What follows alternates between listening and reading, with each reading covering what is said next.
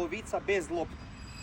Ono što radimo ovdje, gledaj, imamo trokut, jel tako? Nije krug, imamo trokut. Ne trčimo u krug, nismo na stadionu. Da trčimo u krug po tartan stazi. Znači ono što želim je da ne trčite ovako, vidi ovo. Gubite prostor, gubite vrijeme i gubite korak.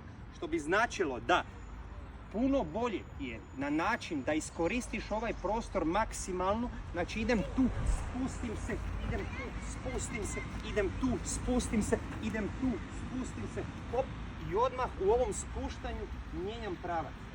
Vaše trčanje, ovako hvatate jedna drugu, pogledaj koliko idemo od čunjeva. Vidi, ovuda ste gazile. Da se to ne bi desilo, ja hoću da idete tu, hop, hop. Pogledaj sad koliko sam ja brži. Ali evo, vi, čak sam i usporio.